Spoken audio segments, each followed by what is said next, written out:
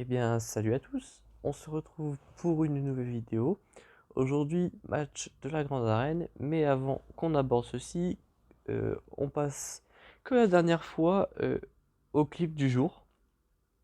Donc c'est quelque chose que j'essaye d'instaurer, à savoir un clip d'un combat que j'ai enregistré au préalable. Donc, euh, donc voilà. Le seul critère de mon clip, bien sûr, c'est que ce soit quelque chose d'intéressant. Par exemple un Kylo Ren versus l'Ancienne République, je fais ça à tous les matchs, donc c'est pas intéressant. Donc forcément, je vais essayer toujours de vous proposer des clips qui sont un minimum intéressants. Et donc aujourd'hui, on va affronter une team Revan avec... donc c'est la team que vous voyez tout en bas qui est full relique, à savoir Revan, Maître Yoda, Kenobi, Bastila et Jolie sont tous minimum relique 4. Revan, c'est pas une team qu'on voit extrêmement souvent en défense. Euh, c'est pour cela que je voulais vous le montrer, parce que ça peut surprendre. Donc je vais vous montrer un des counters qui est disponible dans le jeu pour contrer Revan. Donc ça va être très simple, ça va être Dark Revan. Bon, je vous apprends sensiblement rien, mais j'ai envie de vous montrer à quel point il est facile de contrer une Revan avec un Dark Revan. Donc voilà. C'est pas le clip le plus intéressant, mais évidemment, euh, au vu du nombre de matchs que je vais record, il faudra bien qu'il y ait des moments, il y ait des matchs qui sont un peu moins intéressants. Enfin bref. Donc c'est très simple. Déjà avec Revan, si vous avez Dark Revan, si vous avez l'avantage de la vitesse, vous pouvez mettre la peur sur 5 ennemis. Donc ça leur fait perdre à tous un tour. Donc ça c'est plutôt pas mal. Toujours mettre le choc sur Kenobi. Bon là on a le choix de pouvoir mettre le choc sur tout le monde. Donc ça c'est plutôt cool. Bien faire attention quand même parce qu'ils ont une sorte de rétribution naturelle. Donc ça faut bien faire attention. Mon soldat Sith n'est vraiment pas terrible, ce qui explique pourquoi il s'est fait un peu défoncer. Là, j'ai retiré les boosts, donc plutôt cool. Grâce au fait qu'avec Revan, j'ai choqué tout le monde, donc tout le monde est sous choc. Avec Bastila, quand vous allez utiliser une foudre furieuse, vous allez frapper tout le monde quand tous les ennemis ont le choc, justement. Donc là, vous voyez, je peux remettre la peur à tout le monde, notamment à Jolie qui peut revive Yoda, donc ça, on évite. Là, je m'occupe de tuer Bastila, mais bon, là, en fait, il y avait mon Revan, Revan qui avait la marque de la mort, qui l'a toujours encore. Hop, c'est pour ça qu'il se fait tuer, c'est parfait. Donc là, vous voyez, hein, ils ont le choc. Du coup, je peux mettre une AoE. Et voilà, c'est plutôt simple avec Dark Revan d'éliminer une team Revan en face. Déjà, le fait de pouvoir mettre la peur sur absolument tout le monde, je trouve ça plutôt fort. Enfin bref, on se retrouve tout de suite pour le match. Donc on est reparti. Donc pour le match du jour, on va affronter Observe, qui a le même portrait que moi. Bon après c'est pas étonnant vu que c'est à nouveau. Donc c'est le dernier match de la troisième semaine. Donc encore une fois c'est du match préenregistré. C'est souvent comme ça pour le dimanche de ces derniers temps. Donc on va voir ça, c'est parti. Alors 770 000 bannières à vie. Alors attendez. Hop, excusez-moi, petit problème technique. Enfin bref, c'est réglé. Donc oui, on affronte Observe, donc division 2 Kyber 651ème, c'est pas mal. 1746 batailles offensives pour 600 défenses, qui est vraiment pas mal du tout. Après voilà, 770 000 bannières à vie, donc c'est un mec qui est quand même plutôt bon. Ensuite, négociateur Malvé, c'est un classique, hein, maintenant. Je pense que je finirai par toujours affronter des adversaires qui ont euh, Nego Malvé en fait. Donc voilà, moi ça me surprend plus. Il a Finalizer évidemment, vu qu'il a SLKR. Le négociateur, donc, est le Kenobi et R5, donc j'ai avantage de la speed. Donc ça c'est plutôt cool. En termes de personnage, comme je disais, il a SLKR, il a Gas, il a à peu près tout, hein. Et ça c'est quelque chose que je remarque de plus en plus, c'est que mes adversaires, voilà, ils ont tous les grands classiques. Et tous reliques, tous très bien modés. Donc il y a vraiment assez peu de différence au final entre moi et mon adversaire. Je trouve ça assez marrant. Et d'ailleurs, c'est un peu le cas de tous les derniers matchs. si vous constatez rapidement, dans les derniers matchs, ils sont tous une légende galactique. Et on a tous les mêmes persos en fait. On a tous Gas, on a tous Dark Revan, on a tous Padmé, on a tous CLS, on a tous Revan, etc. etc. Donc il y a vraiment absolument qu'une différence entre les rosters. Là où ça va faire une grande différence, ça va être entre la stratégie adoptée, la connaissance des counters et évidemment le plus gros morceau du jeu, à savoir les modules. Donc vraiment, c'est ça qui va vraiment faire une différence en fait. Donc voilà. Là, je vous montre, hein, mais vraiment, il y a énormément de persos à lui qui dépassent les 300 de speed. Mais en fait, quand on regarde mon roster, c'est exactement pareil. Moi aussi, j'ai pas mal de persos qui dépassent les 300 de speed. Donc voilà. Donc voilà. Donc là, il y a une chasseur de prime lead avec Django lead. Donc, très très fort. Et une team sœur de la nuit. Alors comme d'habitude, visiblement, je montre pas le haut. Mais de toute façon, au fur et à mesure du match, vous allez voir ce qu'il y a en haut, tout simplement. Donc là, on va commencer avec une EP lead Vador, Thron, Watt versus les NS.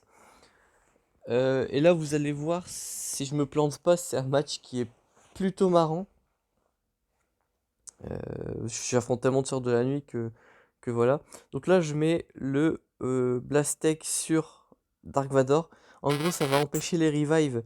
Donc une fois qu'une sœur de la nuit est tuée par Vador, elle meurt définitivement, à l'exception du zombie qui lui évidemment est immunisé tant qu'il y a une sœur de la nuit en vie. Donc voilà. Donc là on va appliquer pas mal de malus. Hop.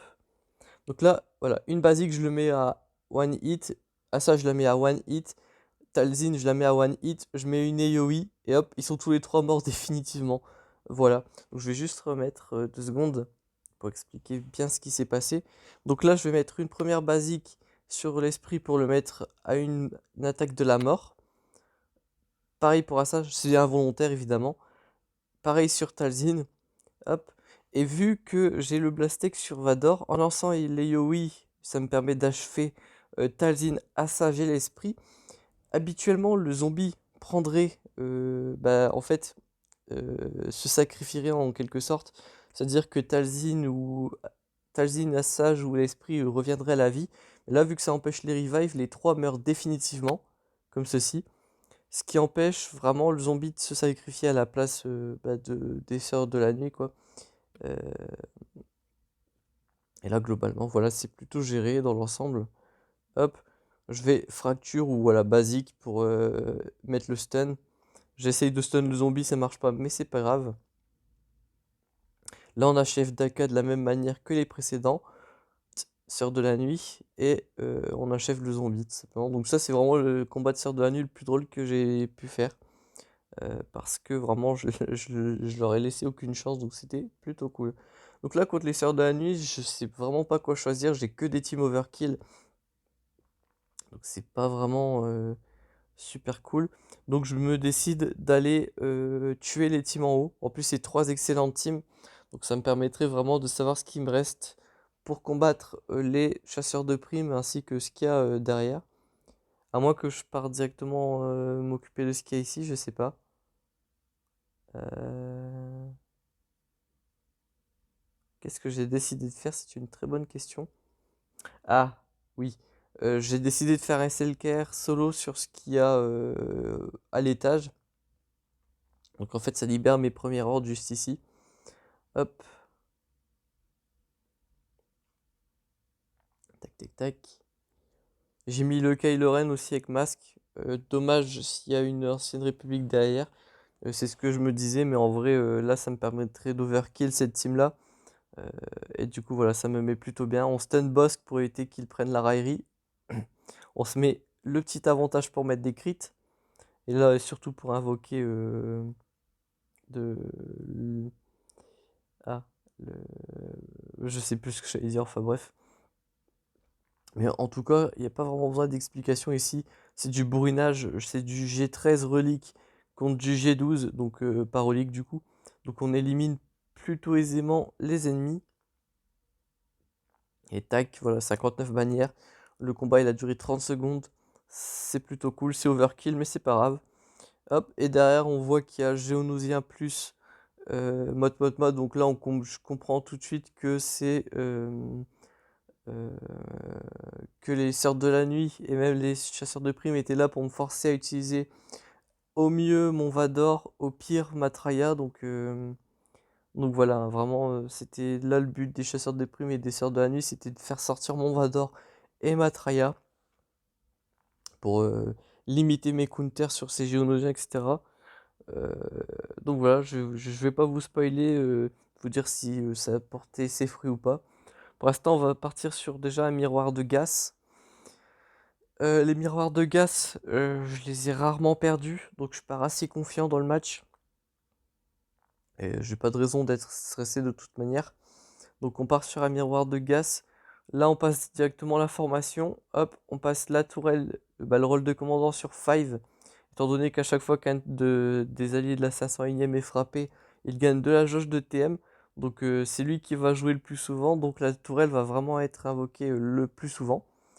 Là, je vais mettre les spéciales pour mettre la confusion à tout le monde et augmenter leur délai. En plus d'agenouiller Gas, évidemment. Et là, évidemment, on part sur un focus de 5. Parce que si je tue un autre clone, 5 se sacrifie. Et les clones récupèrent énormément de statistiques, ce qui va les rendre rapides, extrêmement puissants, etc., etc., extrêmement tanky aussi. Donc il faut bien faire attention à ce genre de détails. Je tue 5 avant que Gas se relève, donc ça c'est une bonne nouvelle.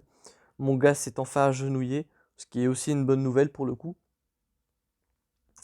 Donc là on va essayer de remettre à genoux Gas, très important, pour pouvoir aller frapper les autres clones évidemment. Là, je mets une Aoi, mais ça sert absolument à rien parce que tous les clones avaient déjà perdu toute leur protection. Donc j'aurais dû mettre une base. Bon, ça c'est pas très grave, vous me direz. Donc là, voilà, Gas s'agenouille à nouveau. Mon 5 est encore bien à ce moment de la partie, c'est plutôt cool.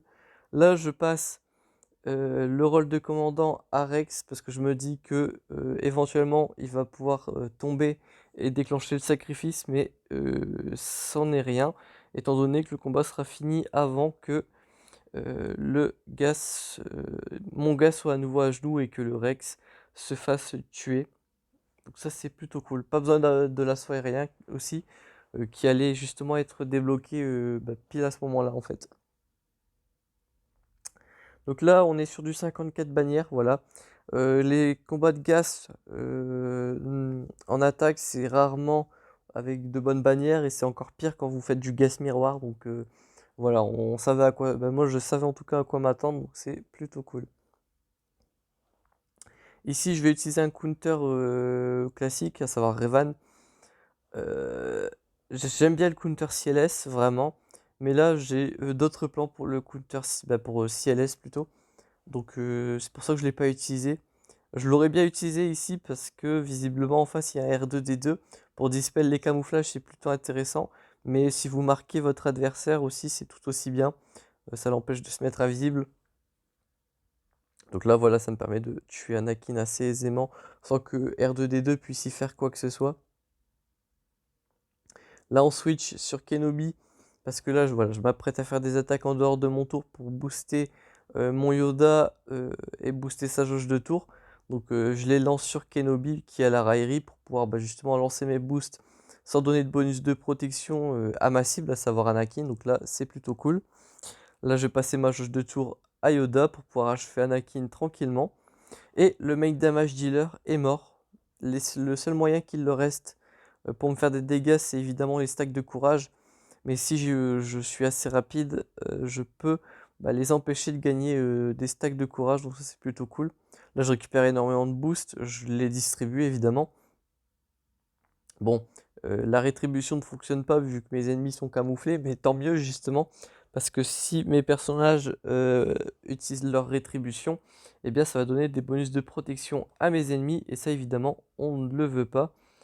Donc là, on est parti pour Focus Padmé. C'est l'ordre logique après avoir tué Anakin. Donc ben voilà, je respecte cet ordre que je m'applique habituellement.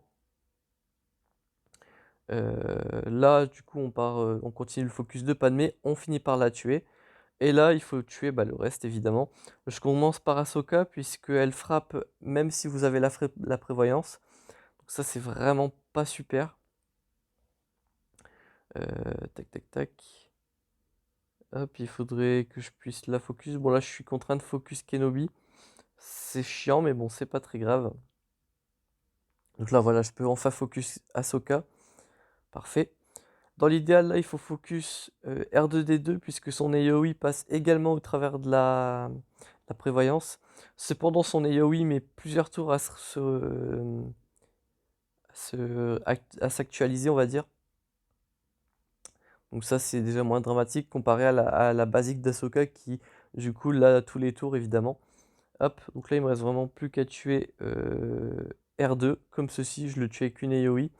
Hop, là, je réduis la jauge de tour 2, Kenobi, et là, je lance une dernière attaque pour faire assister tout le monde, pour récupérer 20% de protection sur tout le monde, parce que c'est ça le lead de Revan, hein, c'est récupérer 20% de protection à chaque attaque en dehors de votre tour, ce qui fait que tous mes personnages sont à full vie, full protection, donc 60 bannières. Donc c'est un combat plutôt clean pour le coup. Alors que pour tout ce qui était protection, c'était plutôt mal barré à la base, hein.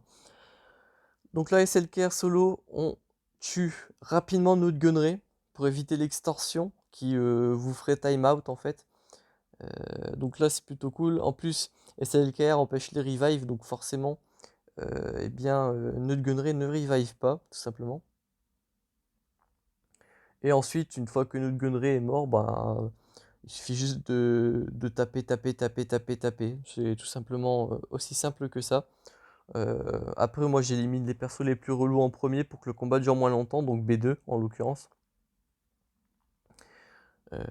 Bon, après, voilà, je sais pas quoi dire d'autre de très intéressant, si ce n'est mieux taper, taper, taper, taper, hein. Donc voilà, hop. Après, Selker, voilà, c'est plutôt cool. Ça, là, ça me fait 63 bannières gratuites. On crache pas dans la soupe. Hop, hop. Je lance même pas l'ultimate, rien à faire. Je tue les deux en même temps, c'est plutôt cool. Hop, 63 bannières. J'ai pas à m'embêter pour le coup, du coup. Hop, on tombe du coup le territoire du haut. Tac. Derrière, il y a un négociateur, comme vous avez pu le voir, mais bon, je suis pas inquiet vu que son négociateur est relique 5. Enfin, c'est ce que je me disais au moment-là. Donc là, on va voir si ça va me porter préjudice de ne pas avoir Vador. Donc là, je décide de lancer CLS versus les Géonosiens qui sont full relique. Enfin, pas full relique, mais ils sont tous reliques. Ils sont tous reliques 1 en l'occurrence. Hop. Donc là, je stun l'alpha, toujours faire ça en premier. Ensuite, on va mettre... habituellement, on met l'immunité aux améliorations, mais là, avec Chupio, j'ai pu mettre la cécité et le dispel, donc c'est plutôt intéressant. Et là, en gros, voilà, je tabasse à peu près tout le monde. Hop. Je stun ceux qui sont hauts en jauge de TM. Tac. Hop. Et là, je vais pouvoir lancer une grosse AoE avec Chupio pour achever tout le monde. Comme ceci. Hop, voilà. Chupio, vraiment, son AoE est absolument dantesque. Plus vous tuez d'ennemis, plus son attaque est boostée. Et vu que mon Chupio est relique 4, bah, en fait, c'est juste un monstre de dégâts. Donc voilà. Donc pour l'instant, ça ne me porte pas préjudice. Là, j'avais 3 choix qui s'offraient à moi. J'avais les Géonosiens, j'avais les chasseurs de primes et j'avais Traya comme choix. Alors, je vais vous expliquer mon choix. Donc moi, j'ai choisi Traya normalement. Ouais, c'est ça. Tac. Donc là, vous pouvez le voir déjà, j'ai choisi Traya. Pourquoi j'ai choisi Traya? Si j'avais choisi les chasseurs de primes, j'aurais dû prendre 5 chasseurs de primes. Étant donné que mes chasseurs de primes ne sont pas d'un gear incroyable, ça m'aurait poussé à avoir tous mes chasseurs de primes. Ce qui m'aurait apporté 60 bannières. Si j'avais pris mes Géonosiens, j'aurais eu une sorte de partie de pile ou face où j'aurais eu soit 60 bannières, soit 55. Donc ça, c'est pas enviable du tout. Donc j'ai pas choisi les Géonosiens pour cette raison. Si mon but c'était de faire un max de bannières, donc on fait attention. Et enfin, j'avais la Team Traya que j'ai utilisée. Ici en escouade réduite. J'étais conscient que j'allais pas faire 60 bannières. 61 bannières plutôt, avec l'escouade réduite. mais je pensais faire au moins 59 ou 60. Mais en fait, la différence entre les chasseurs de primes et Traya, c'est qu'avec Traya, j'étais sûr de ne pas faire un timeout. Les chasseurs de primes, on n'est jamais trop sûr. Même s'ils ont de l'anti-revive, j'ai déjà affronté des Motma qui étaient assez coriaces et très longues à tuer. Donc j'ai préféré pas prendre de risques et partir sur une Traya traditionnelle. Surtout que Traya est designé justement pour counter de la team Motma. Et en plus, en face, il y a Biggs. C'est ça aussi qui m'a décidé. À chaque fois qu'il subit un coup critique, eh bien, il gagne énormément de TM. Ce qui n'est pas enviable pour le coup. Donc c'est pour ça vraiment que j'ai choisi la Traya. Tac. Voilà, voilà. Hop. Pour la Wedge va être revive. Et là, ça fonctionne un peu comme les Géonosiens, du coup. La team Motma se blesse à chaque fois qu'ils frappent en dehors de leur tour. Donc voilà. Hop, donc là j'augmente leur délai, je réduis les miens. Donc là je vais avoir l'annihilation disponible. Hop, tac tac tac. Donc là à chaque fois qu'ils frappent en dehors de leur tour, je rappelle que mes ennemis se blessent. Donc ça c'est plutôt intéressant. Hop, tac. Donc là ça me permet, avec 2 coups, ça me permet de rentrer des stuns qui sont plutôt intéressants. Là je peux annihiler Biggs. Donc ça c'est vraiment une des raisons pour laquelle j'ai utilisé Traya aussi. Hop, donc là je peux dispel, je peux leur poser la douleur qui force mes ennemis à frapper sur Darksion. Hop, là je peux achever Wedge aussi, encore, parfait. Donc c'est moins efficient que des chasseurs de primes, mais en tout cas c'est plus sûr, c'est plus viable. Donc ça c'est plutôt intéressant. Là j'essaye de temporiser avec Darksion pour voir s'il peut utiliser sa spéciale pour soigner un peu de protection. Hop, donc là j'utilise des attaques qui font pas de dégâts, hein, évidemment. Hop, et ça me permet tout pile de lancer euh, la capacité, et vous allez le voir tout en bas. Hop, unité disposant de toute leur protection, d'Arction, donc je fais 58 bannières. 2 de moins que prévu si j'avais fait les chasseurs de primes. Mais encore une fois, les chasseurs de primes, c'est pas très viable. Enfin, les miens en tout cas ne sont pas très viables. Avec un Mandalorian G11, G12, pourquoi pas, puisqu'il pourrait one-shot base par exemple ou Biggs. Mais là, franchement, j'étais absolument pas serein. Même si ça aurait pu passer large, vraiment, j'ai préféré ne pas prendre de risque en tout cas. Voilà. Ensuite, on fait du miroir de négociateur. Le mien est plus rapide puisque moi je l'ai relique 8, lui est relique 5. Donc quoi qu'il arrive, je commencerai premier avec le négociateur. Tac, tac, tac. Hop. Donc là, basique sur Lumbarien pour booster sa jauge de tour pour le faire jouer rapidement. Hop. Donc là, je me souviens plus. Voilà, donc là, je mets l'immunité aux améliorations sur le BTL pour empêcher sa raillerie éventuelle. Là, mon négociateur commence premier. Donc ça permet de trigger la loyauté infinie d'Anakin. Donc là, forcément, il lui remet la loyauté infinie, ça semble logique. Hop, petit AoE, parce que tous les ennemis étaient sous verrouillage, donc forcément.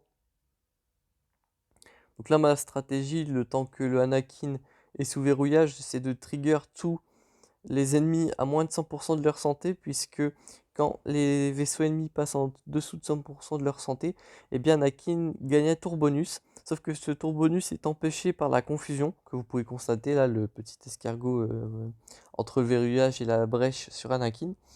Ce qui fait que tous ces tours bonus sont empêchés. Cependant, comment dire, ils sont quand même considérés comme déclenchés. Ce qui veut dire que si par exemple là le chasseur umbarien par je ne sais quel moyen venait à être soigné, par exemple avec un Plo Koon renfort, et qui repassait à nouveau en dessous de 100% de sa santé, eh bien Anakin ne serait pas trigger. Donc c'est pour ça que je prends bien le soin de passer tout le monde au moins une fois en dessous de 100% de leur santé, pour justement trigger ces fameux tours bonus d'Anakin.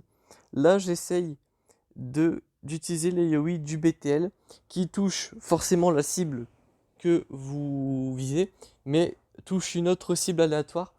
j'ai essayé de toucher Anakin parce qu'en fait les Yoi du BTL, elles dispellent, donc elle aurait enlevé le camouflage et elle aurait eu une chance de tuer le Anakin, mais c'était surtout vraiment pour le dispel et lui faire perdre son camouflage. Mais bon, ça n'a pas fonctionné. Mais bon, ça c'est pas trop grave au final, vous allez voir. Donc là voilà, je continue d'affaiblir mes ennemis. Plo Koon, non c'est Dan Molos qui arrive en renfort, pardon. La brèche, je fais instant dispel puisque j'ai la rétribution sur le Dan Molos. Ça c'est vraiment très très fort. Donc là, je remets la loyauté infinie puisque j'ai pas grand chose d'autre à faire. Ça me donne un bonus d'attaque sur Anakin, donc c'est vraiment pas dégueulasse. Donc là, je suis obligé de frapper le dent de Molos, donc ça c'est pas très très intéressant pour le coup. Euh, Qu'est-ce que je vais faire? Donc ouais, là j'invoque Anakin, ok. Donc un jauge de TM, logique. Hop. Tac tac tac.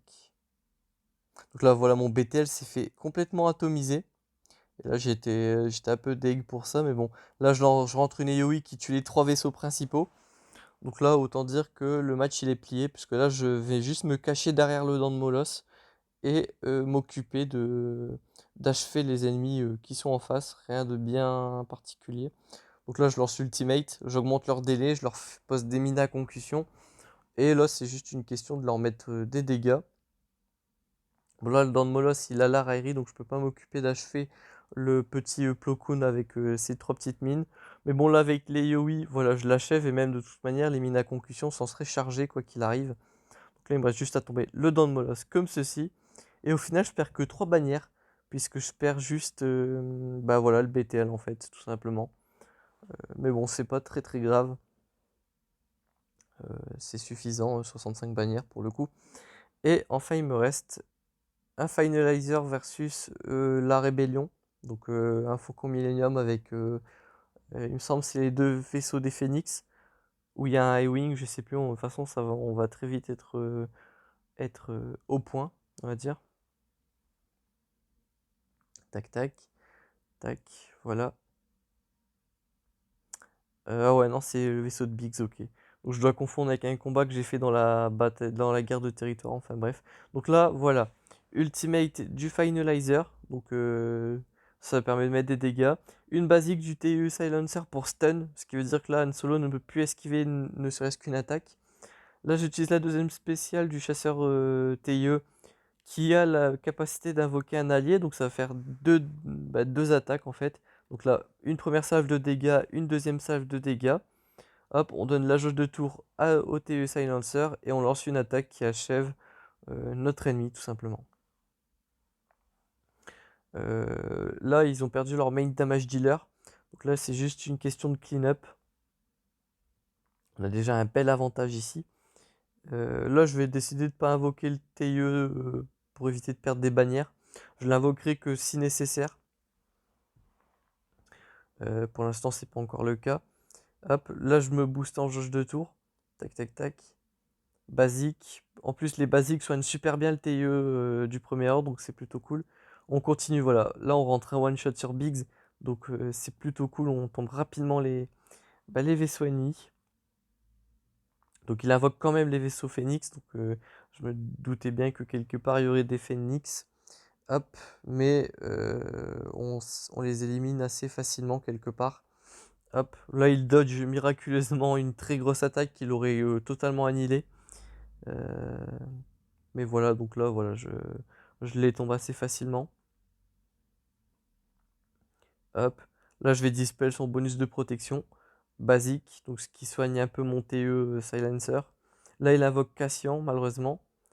Ce qui va être pas dramatique en soi, mais ça va m'empêcher de revive, pas de revive, mais de remettre full santé mon TIE. Mais c'est pas grave, hop, 62 bannières. Tac tac tac. Donc voilà, plutôt simple, ce Faucon Millennium versus Finalizer. Hop. Donc voilà, ça me mène à un score de 2127 bannières. Donc pour ce qui est du score final, on se retrouve dans quelques petites secondes, je vais vous montrer ça. Hop, on va faire du 2 en 1. Donc voilà le score final, donc tout en haut à droite, 2127 bannières à 2104. Donc c'était un match d'efficiency. donc que j'ai remporté du coup. Donc plutôt cool. En plus l'adversaire avait quand même 770 000 bannières, donc c'était quand même un très bon joueur. Euh, donc je gagne de 23 bannières. Là où on peut déjà voir une grosse perte de bannières de sa part, c'est sur ma RJT. Il a perdu 20 bannières dessus pour le coup, minimum. Donc déjà ça mène... s'il avait one-shot cette team avec 60 bannières, euh, bah, du coup avec 20 bannières de plus plutôt, il serait à 2124. Donc c'est là où on peut voir vraiment que ça m'a déjà bien apporté des bannières. Donc j'ai deux batailles sur ma RJT, donc vous pouvez voir, hein, pas très bien gear, pas le full Zeta, aucun G12, mais pourtant il y a eu un fail dessus, ce qui est vraiment plutôt super cool, parce que ça me confirme que je peux bien la mettre de temps en temps en défense, ça marche plutôt bien. Donc voilà, je gagne ce match grâce à RJT. Tout le reste a été one shot, que ce soit mon Dark Revan, ma Grievous, ma Padmé, même mes vaisseaux, donc la flotte Empire et ma flotte Malvé, même s'il y a eu un renfort de chaque pour le coup, dans les deux teams, dans les deux flottes plutôt. Mais voilà, donc les trois bannières en plus qu'il a perdu ailleurs, bah, ça a dû être sur tous les autres matchs pour le coup du coup. Mais voilà. En tout cas, je suis plutôt satisfait de ce match-up. J'ai gagné bah, les trois matchs de la semaine pour le coup, ce qui commence à être plutôt rare. Donc pour l'instant, je crois qu'on est à une défaite, donc on a de bonnes chances d'atteindre le Kyber. En tout cas, j'espère que ce match vous aura plu. On se retrouve très bientôt pour une prochaine vidéo. D'ici là, portez-vous bien.